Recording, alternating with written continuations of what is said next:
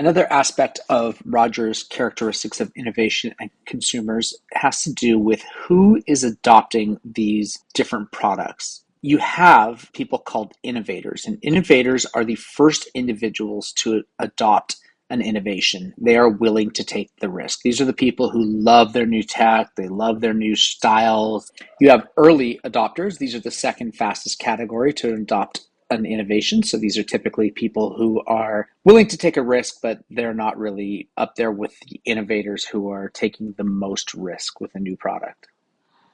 The early majority is the third fastest group to adopt an innovation. They tend to take more time to consider adopting new innovations and are inclined to draw from feedback from early adopters before taking the risk of purchasing a new product or system. The late majority is the fourth fastest group to adopt an innovation, and they do so after it has been established in the marketplace and are seldom willing to take the risk with new innovations. You have the laggards, and these are the last to adopt an innovation. They tend to be someone who prefers traditions and are unwilling to take any risks. Thank you.